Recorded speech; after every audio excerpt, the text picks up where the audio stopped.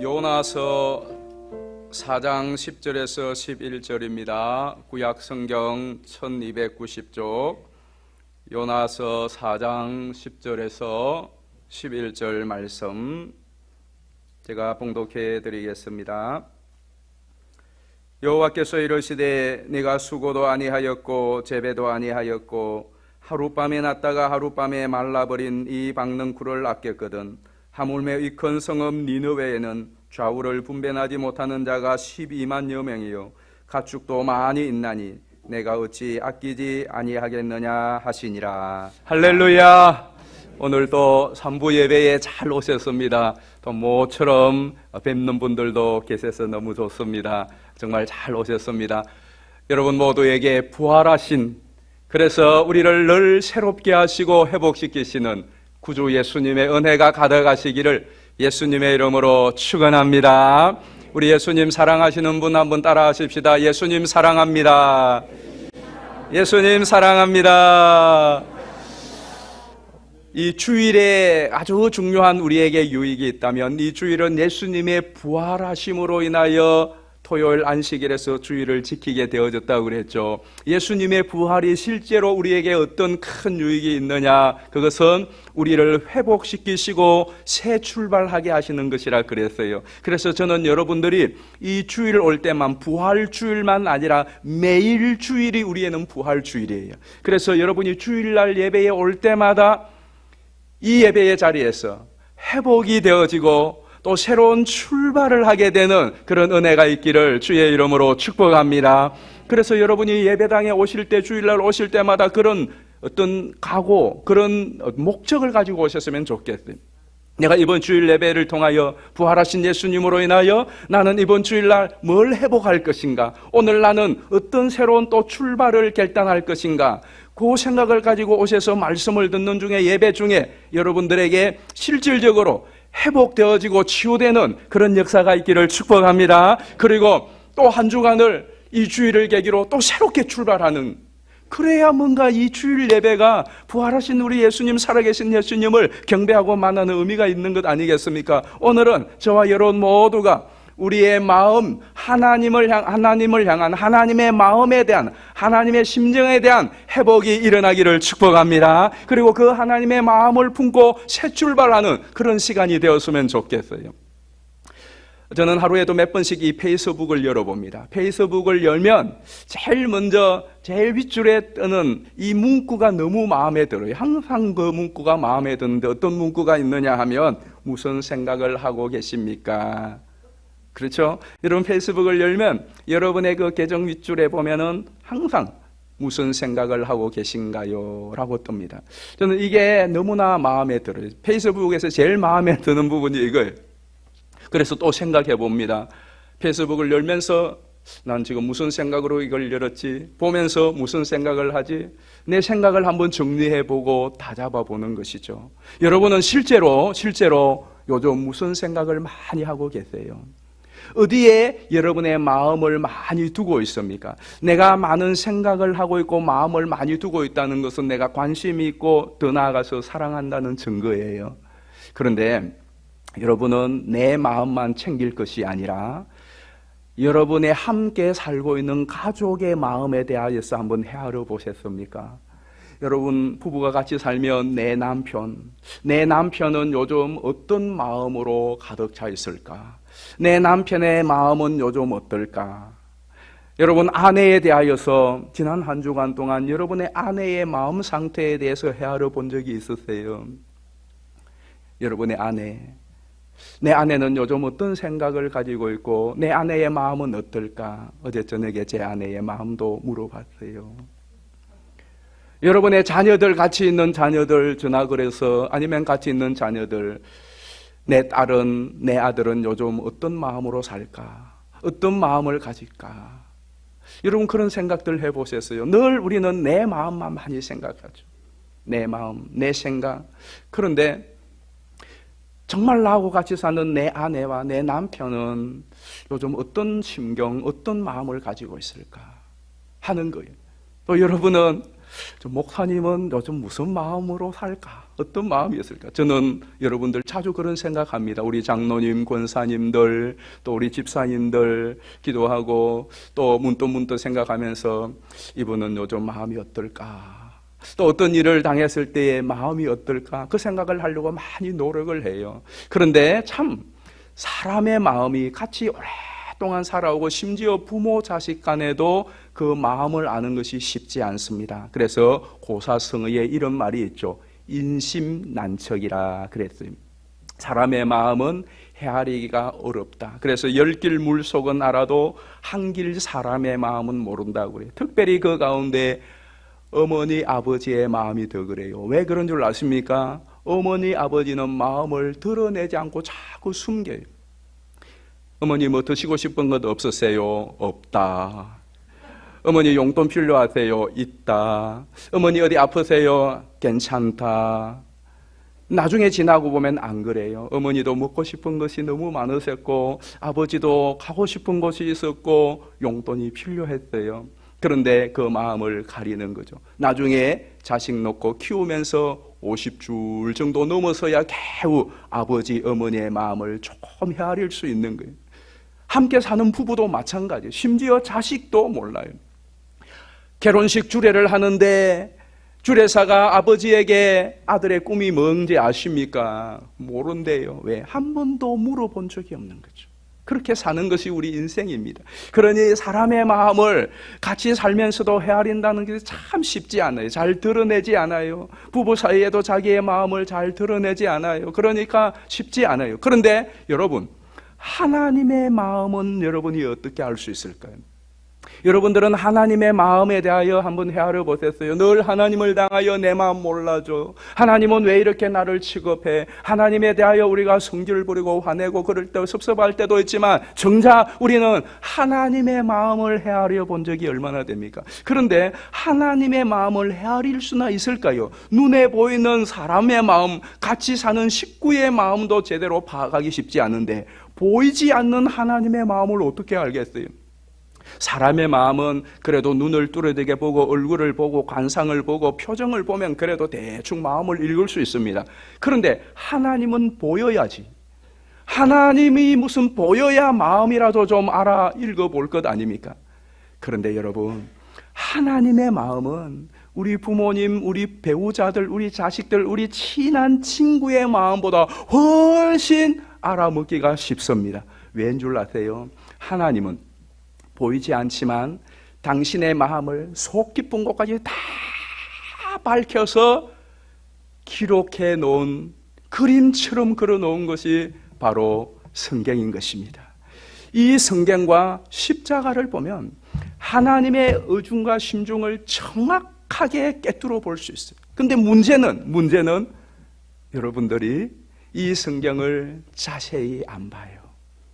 오랫동안 묵상하지 않아요. 그리고 깊이 생각하지 않아요. 수십 번을 100번을 읽는데도, 그런데 이 말씀을 깊이 묵상하고 오랫동안 주목하고 예수님의 십자가를 30분이고 1시간이고 때로는 깊이 묵상하고, 그러면 거기에 걸어놓고 적어놓은 거기에 하나님이 드러내온 마음을 다 읽어낼 수가 있는데 그렇게 안 해요. 여러분, 한 주간 동안 매일 성경 얼마나 하셨어요?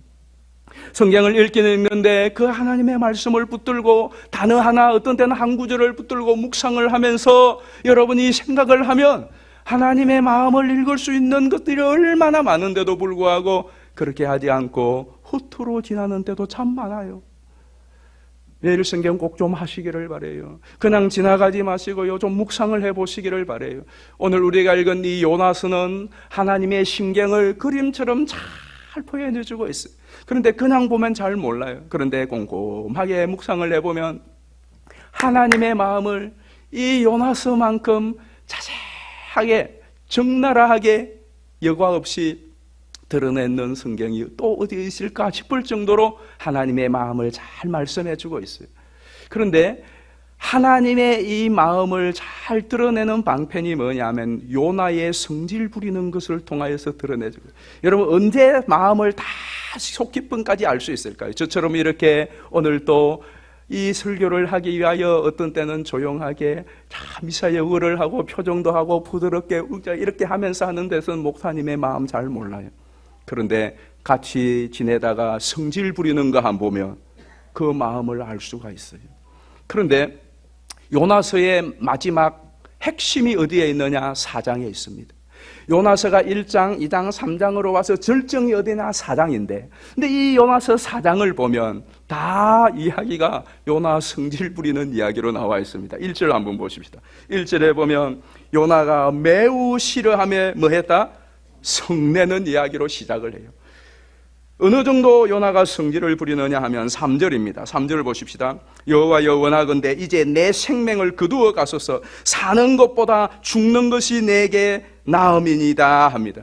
그러자 하나님이 요나에게 이렇게 묻죠. 4절입니다. 여호와께서 이러시되 네가 성내는 것이 옳으냐 하시니, 네가 성질 부리는 것이 옳으냐. 그런데 여기에 정확한 의미가 어떤 의미예요? 네가 이 일로 인하여, 내가 한 일로 인하여 그렇게 성질을 부리는 것이 그게 합당하냐라는 거예요.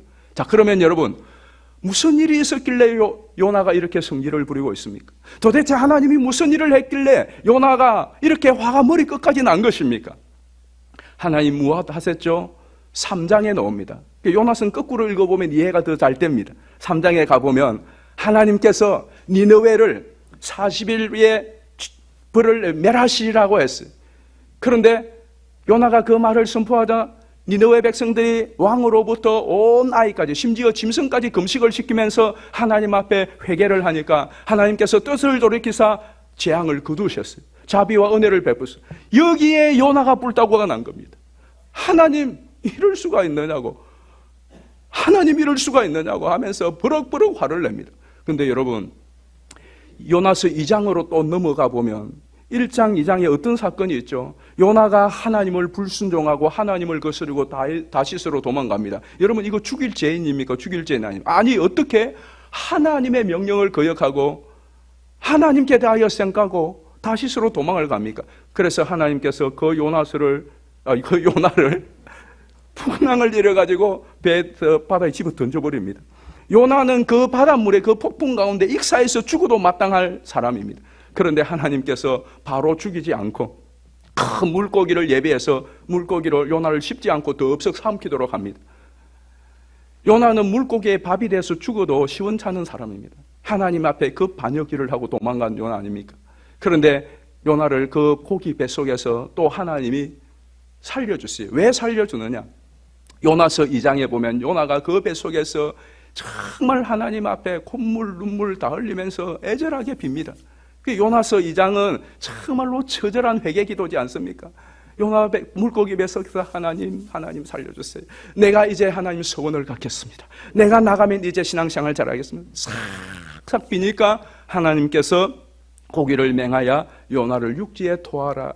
그래서 살려준 겁니다. 여러분, 요나 한 사람 때문에 얼마나 고생을 많이 했어요. 1장에서는 그 선원들이 분명히 순풍인 줄 알고 일기예보다 확인하고 출발했는데 갑자기 풍랑이 일어나서 그들이 생각할 때 선주 생각을 이게 신이 뭔가 노했다. 찾아보니까 요나가 정말로 하나님을 진노하게 만들고 도망갔거든.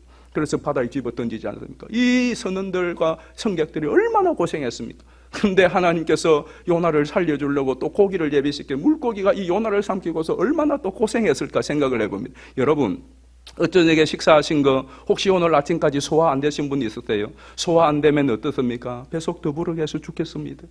하루만 어제 먹은 음식이 오늘 하루 종일 소화가 안 돼 보십시오. 여러분, 얼마나 불편합니까? 그게 이틀이 되고 3일째가 되어서 소화가 안 됐다고 생각해요. 이 물고기가 먹이를 접석 삼켰는데 이게 뱃속에서 소화가 돼야 되는데 이 소화가 안 되고 있는 거예요. 얼마나 힘들겠습니까? 그 고생을 요나 때문에 물고기까지 한다는 거 우리가 생각해 보아야 돼요. 여러분 한 분이 하나님을 불순종하고 거역해서 우리 온 집안 식구들이 고생하는 일이 있습니다. 여러분 한 사람이 하나님 앞에 불순종하고 거역하는 그 죄 때문에 여러분 직장 동료들, 함께 신앙생활하는 믿음의 식구들이 한 배를 타고 있는 사람들이, 나와 함께 손잡은 사람들이 고통과 어려움을 당한다는 거 잊어서는 안 됩니다. 어쨌건 요나는 이렇게 하나님을 불순종하고 거역하고 도망가다가 죽을 자리에서 하나님께 싹싹 빌고 용서를 구하여서 하나님이 자비를 베풀어 그를 살려주었어요. 그리고 바로 3장이 나와요. 그런데 자기는 하나님 앞에 죽을 죄를 짓고 죽을 자리에서 하나님께 은혜를 구해서 그 은혜로 살았는데, 그 하나님께서 불벼락을 맞아 죽을 저 니느웨 사람들, 그들이 하나님 앞에 금식하면서 회개하며 살려달라고 기도해서 하나님이 재앙을 거두시고 자비를 베푸시고 살려준 그것 때문에 화가 머리끝까지 나서 하나님을 향하여서 화를 내부르고 성질을 부리고 있다. 그래 하나님이 그게 옳으냐라고 말합니다. 여러분, 그게 옳습니까? 자기 잘못에 대하여 자비와 긍휼을 베풀어 살려준 것은 괜찮고, 다른 사람 죽일 죄인 하나님께서 회개하니까 그를 살려준 그것 때문에 내가 불타고가 나야 되겠습니까? 그것 때문에 하나님을 향하여 삿대질을 하며 하나님 이럴 수 있느냐고 항의하고 성질을 부려야 되겠느냐는 거예요. 하나님이 그게 옳으냐고 물어요. 그런데 이 요나가 얼마나 고약한지 그 하나님의 질문에 대하여 대꾸도 안 하고 니느웨 동쪽으로 도망가 버립니다. 뭐 이런 사람이 다 있습니까? 대꾸도 안 하고 니느웨 동편에 가서 초막을 짓고 저 니느웨가 어떻게 되는가 그렇게 보고 있습니다. 그런데 하나님께서 이번에는 박넝쿨을 하나 자라게 하십니다. 박넝쿨이 쫙 자라, 이게 뭐 아주 깔인지 여러 가지 있지만 무슨 나무인지가 뭐 그렇게 중요하겠습니까? 어쨌든 이 기적이죠. 요나가 벌써 알았습니다. 아, 이거 하나님이 뭔가 수를 쓰시는구나. 왜? 여러분, 식물이 하나 박넝쿨이든 호박넝쿨이든 이게 갑자기 확 자라서 잎이 확, 이게 무슨 영화도 아니고 그 하나님의 순전한 기적이. 그렇게 해서 얼기설기된 그 초막에 그늘을 다 하니까 요나 기분이 너무 좋았습니다. 그래서 4장에 보면 요나가 크게 기뻐하였더라 그런 말합니다. 그리고 저녁에 다 자고 일어났는데 자는 동안에 이번에는 하나님께서 벌레를 준비시켜서 그 벌레로 박넝쿨 줄기를 갉아먹어. 그래서 박넝쿨이 시들어버렸어요. 죽어버렸습니다. 아침에 눈을 떠보니까 해가 떠오르는데 그늘을 들이었던 박넝쿨이 죽고 다 시들어 있는 거예요. 그날따라 햇빛은 장렬하고 하나님께서 이번에는 또 열풍, 동풍, 그 열풍을 확 불어오니까 열기는 뜨겁고 해는 뜨겁고 요나가 이제 혼절하여 죽게 되었습니다. 그러니 하나님을 향하여 또 승질을 냅니다. 자, 8절 보실까요? 해가 뜰 때에 하나님이 뜨거운 동풍을 예비하셨고 해는 요나의 머리에 쪼임에 요나가 혼미하여 스스로 죽기를 구하여 이르되 사는 것보다 죽는 것이 내게 나으니이다 라고 말합니다. 그러자 하나님이 또 답변하세요. 4장 9절을 보실까요? 하나님이 요나에게 이르시되 내가 이 박넝쿨로 말미암아 성내는 것이 어찌 옳으냐 하시니 그가 대답하되 내가 성내어 죽기까지 할지라도 옳으니이다. 자, 이 본문은 제가 영어 성경 메시지 성경을 보니까요, 이 아주 실감나게 번역을 해놨어요. 뭐라고 번역을 해놨냐면 이 저 성내는 것이 옳지 옳으냐 하는 말을 네가 무슨 권리로 내게 성질을 부리느냐, 네가 무슨 권리로 이 박넝쿨 하나 때문에 내게 성질을 부리느냐 하는 그렇게 묻는 거예요. 요나의 대답이 과관입니다. 뭐라고 대답하죠? 충분합니다. 권리가 차고 넘칩니다. 그렇게 이야기하는 거예요. 여러분, 하나님께서 박넝쿨을 자라게 하셔서 그늘을 드리우게 하셨어요. 요나가 수고한 그 박넝쿨에 대해 아무것도 없어요. 아무런 권리 없어요. 그래서 그 하나님이 거두었는데 그거 걷어냈다고 그래서 내가 힘들다고 하나님을 향하여서 나는 살 의미가 없다고, 나는 죽는 것이 낫다고 성질을 부리는, 도대체 네가 무슨 권리로 나한테 성질을 부리느냐? 요나가 권리 충분히 차고도 넘친다는 그런 요나에 대하여 하나님께서 차분하게 설득하시는 것이 10절 11절 우리가 읽은 본문입니다. 그렇게 성질이 머리끝까지 나서 하나님을 향하여 화를 쏟아대는 그 요나를 향하여 하나님께서 이렇게 묻는 거죠. 우리 10절 같이 한번 읽어볼까요? 시작. 여호와께서 이러시되 내가 수고도 아니하였고 재배도 아니하였고 하룻밤에 났다가 하룻밤에 말라버린 이 박넝쿨을 아꼈거든. 11절.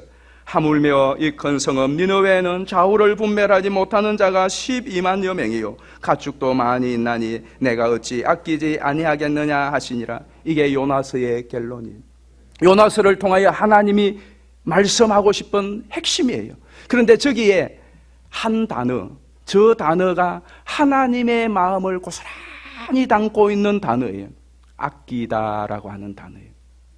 그런데 10절을 보면은 you pity, 네가 이 피티라고 하는 단어는 우리말로는 아끼다라고 번역을 했지만 실제로는 불쌍히 여기다, 동정하다, 긍휼히 여기다 그런 뜻이에요. 이게 네가 불쌍히 여기는 거, 아끼는 거. 그래서 11절에는 뭐라고 되어 있죠? I pity. 내가 불쌍히 여기고 아끼는. 이 대조를 하고 있어요. 자, 요나가 그렇게 애지중지하는 것이 뭐죠? 박능쿨이에요. 그런데 하나님이 그렇게 애지중지하시는 것은 뭐죠? 니느웨 백성들입니다. 니느웨 백성들. 이 박능쿨은 자기 것도 아니에요. 잠시 있다가 없어지든지 또 자기도 떠날 거예요. 사실 어떻게 보면 아무것도 아니에요. 그런데 그것을 그렇게 애지중지하고 그거 죽은 것 때문에 가슴 아파하고 화까지 내는데 니느웨에 사는 12만여 명의 아이들, 어른들까지 하면 얼마나 되겠어요? 사람이잖아요, 사람. 그 영혼, 그 생명, 그걸 불쌍히 여기고 그걸 긍휼하고 그게 대해 애지중지하는 거, 그게 뭐가 잘못이냐는 거죠. 이 아끼다라고 하는 이 말은, 인간의 마음을 잘 표현하는 단어입니다. 인간의 마음을 잘 표현해주는, 인간의 마음을, 심성을 대변하고 있는 단어예요. 그러니까 요나가 아끼는 것과 하나님의 아끼는 것이 서로 상충돼요. 공감대가 없어요. 그 뭘 말하겠습니까? 요나의 마음과 하나님의 마음에 공감대가 없다라는 말이. 요나의 마음과 하나님의 마음이 서로 상충되는 거예요. 그러니까 처음부터 그래. 하나님은 니느웨로 가라는데 요나는 니느웨로 안 가고. 하여튼 처음부터 끝까지 그래. 그런데 여러분은 어떠세요? 여러분은 여러분의 마음과 하나님의 마음이 공감대가 있는 것이 있습니까? 여러분은 하나님의 마음, 그 마음을 나의 마음으로 여기고, 그래서 하나님이 안타까워하고 하나님이 긍휼히 여기고 하나님이 원하시는 거기에 나도 같이 안타까워하고 나도 하나님 원하고 나도 그렇게 하고 싶어, 그런 공감대가 있느냐 이 말입니다. 하나님의 마음은 어떤 마음일까요? 요나는 그 하나님의 마음은 알고는 있었는데 공감은 하지 못했어요. 요나가 하나님의 마음을 얼마나 정확히 알고 있었느냐, 4장 2절에 떠 나옵니다. 한번 볼까요? 요나 입으로 말합니다.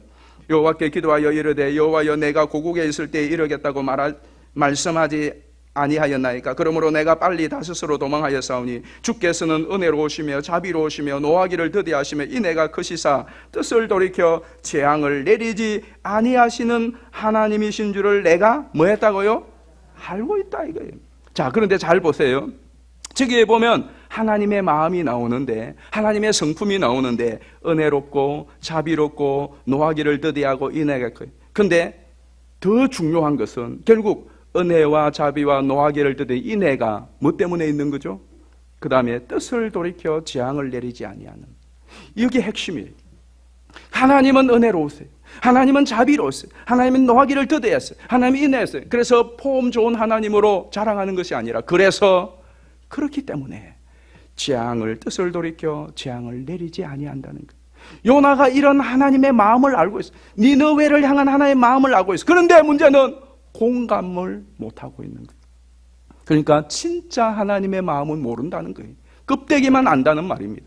그런데 하나님의 원래의 마음은 모두를 향하여 그거에 재앙을 내리고 심판을 하고 죽이는 것, 그건 하나님의 마음 아니에요. 그렇게 하지 않는 것이 저와 이 온 민족을 향한 하나님의 마음이에요. 이 마음을 나중에 세월이 한참 지나서 예레미야 29장 11절에서도 똑같이 말합니다. 우리 잘 아는 말씀인데 한번 보실까요? 여호와의 말씀이니라 너희를 향한 나의 생각을 내가 아나니 평안이요 다 같이 재앙이 재앙 아니야. 지금은 재앙처럼 보이고 재앙을 내리는 것 같지만 그러나 내 마음은 그거 아니야 라고 말씀하고 있는 거예요. 근데 이 말씀은 신약시대에 와도 하나님의 마음은 변하지 않아요. 신약시대에 우리가 너무나 애송하고 잘 아는 요한복음 3장 16절 보실까요? 하나님이 세상을 이처럼 사랑하사 독생자를 주셨으니 그 이유는 그를 믿는 자마다 다 같이 멸망하지 않도록 하는 거예요. 멸망하지 않도록. 뿐만 아니에요. 하나님께서 17절 계속 보실까요? 하나님이 그 아들을 세상에 보내신 것은 세상을 뭐하지? 심판하려 하심이 아니라는 거예요. 이게 하나님의 마음이에요. 근데 여러분, 중요한 사실은 요나가 놓치고 있었던 중요한 사실이 뭐냐 하면, 하나님이 요나, 하나님이 우리 이스라엘을 위해서는 그렇다고 철석같이 믿습니다. 절대로 하나님은 우리를 버리고 하나님은 우리를 내팽개치지 않고 우리를 결코 죽이지 아니하실 것이야. 그 믿음 갖고 있었습니다. 알았습니다. 근데 문제는 나만, 우리 민족만 하나님이 그렇게 생각한다고 착각한 것입니다. 저 니느웨는 아니라고 생각을 한 겁니다. 저 니느웨, 저 못된 악한, 저 죄악의 하늘에 상달한 니느웨, 저것들은 멸망받아야 하지, 저것들이 우리처럼 하나님의 심판을 면하고 재앙을 면한다고 생각을 못한 거예요. 근데 하나님 마음 그게 아니에요. 우리도 그렇게 생각하는 분 계시지 않습니까? 요나처럼 말입니다. 하나님께서 원래 이스라엘을 왜 택했죠? 왜 이스라엘이라고 있지도 않는 그 민족을 하나님이 세우셨죠? 그리고 그 이스라엘에게 왜 복을 주셨죠? 왜 이스라엘을 강성하게 하셨죠? 하나님께서 왜 그렇게 만드셨습니까? 본보기 삼고자 하는 겁니다. 많은 이방 민족들 가운데 이스라엘 민족 봐라. 저거 아무것도 않는, 존재감도 없는, 무슨 군대가 있는 것도 아닌 저 민족들, 하나님 믿고 신뢰하였더니 하나님께서 이 민족을 이렇게 세워주셨듯이 너희들도, 너희 민족도 이렇게 될 수 있다 하는 거 보여주는 것이고, 두 번째는 이 이스라엘을 통하여 하나님의 이 구원과 하나님의 선하심과 하나님의 축복을 다른 민족에게도 흘러보내기 위해서 하나님께서 이스라엘을 택하시고 세우셨단 말이죠. 창세기 12장 1절 한번 보십시다. 여호와께서 아브라함에게 이르시되 너는 너의 고향과 친척과 아버지의 집을 떠나 내가 네게 보여줄 땅으로 가라. 왜 이렇게 하나님이 말씀하시죠? 2절이잖아요. 내가 너로 큰 민족을 이루고 네게 복을 주어 내 이름을 창대하게 하리니 너는 복이 될지라. 여기에서 가장 중요한 핵심어가 뭐죠? 큰 민족을 이루고 복을 주어 이름을 창대하는 것이 아니라고 그랬죠. 그렇게 해야 하는 이유가 뭐죠? Be a blessing. 이 굉장히 중요한 동사죠. 네가 복이 되도록 하기 위해서 그래요. 우리는 여기서 큰 민족을 이루고 내가 축복을 받고 이름 창대하는 여기에 목적을 둘 때가 많아요. 내가 예수 잘 믿고 내가 신앙생활 잘하여서 하나님 나에게 복을 주세요. 그래서 창대하게 되게 번성하게 해주세요. 부흥하게 해주세요. 잘되게 해주세요. 건강하게 해주세요. 그런데 그래서 그 다음이 중요한 거예요. 그 다음이 더 중요하다고요. 그렇게 해서 너로 하여금 뭐가 된다고요? 복이 되게 한다. 누구에게 복이 되는 거예요? 그래서 3절이 나오잖아요. 3절 보실까요? 너를 축복하는 자에게는 내가 복을 내리고 너를 저주하는 자에게는 내가 저주하리니 다 같이 땅의 모든 족속이 너로 말미암아 복을 얻을 것이라. 이것 때문에 아브라함을 부르시고 이것 때문에 이스라엘 세우셨단 말이에요. 그래서 그들을 복 주셨다고요. 그 다음에 그거 누리고 자랑하고 있는 것이 아니라 그것을 다른 사람들에게 전하란 말이에요. 흘러보내란 말씀입니다. 그런데 하나님의 이 마음, 하나님의 이 계획은 구약시대로 끝나지 않아요. 신약으로 넘어가보면 디모데전서 2장 보실까요? 2장 4절에 같이 읽어봅니다. 시작. 하나님은 모든 사람이 구원을 받으며 진리를 아는데 이르기를 원하시느니라. 그게 하나님의 마음이에요. 어느 정도 하나님의 마음이 강렬하냐? 그게 요한복음 3장 16절이라고요. 요한복음 3장 16절 다시 봅시다. 하나님이 세상을 이처럼 사랑하사 독생자를 주시기까지 독생자를 내놓았어도 누구? 믿는 자마다 멸망하지 않고 영생을 얻도록. 이스라엘 너희만 아니라 요나 너희만 아니라 여기 계신 여러분들 아니라 우리 교회만 아니라 누구든지 아직 저 밖에 있는 사람들, 저 북녘 하늘 아래 저 이슬람 땅에 있는 사람들까지도 믿고 멸망하지 않고 영생을 얻게 하기 위하여 하나님은 독생자까지 내어놓았다는 것. 이게 하나님의 마음이라고. 그리고 여러분 베드로서 3장 9절 한번 보실래요? 주의 약속은 어떤 이들이 더딘다고 생각하는 것 같이 더딘 것이 아니라 오직 주께서는 너희를 대하여 오래 참으사 아무도 멸망하지 않고 회개하여 구원에 이르기를 원하신다. 이 앞에 뭐가 나오는 줄 아십니까? 앞 구절에 주께는 천년이 하루 같고 하루가 천년 같다고요. 이 무슨 말인 줄 아세요? 하나님께서 회개하고 돌아오기를 애타게 기다리는 마음이 하루가 마치 천년처럼 애간장이 높고 지루하다 길게 느껴져요. 그런데 한 사람이 회개하고 돌아오니까 내가 천년을 기다린 그것이 마치 하루 지난 것처럼 기쁘고 즐겁더라고 하는 하나님의 마음을 말하고 있는 거예요.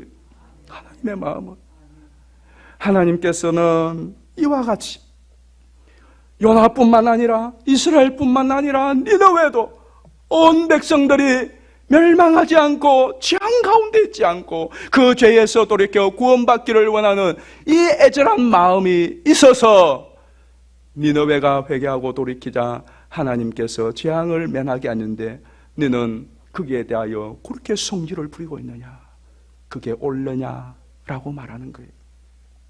정리합니다. 하나님의 마음은 다 같이 읽어봅시다. 빨간 것이 시작. 모든 백성이 회개하고 구원에 이르기를 원하는 겁니다. 그렇습니다. 여기에는 저와 여러분도 포함됩니다.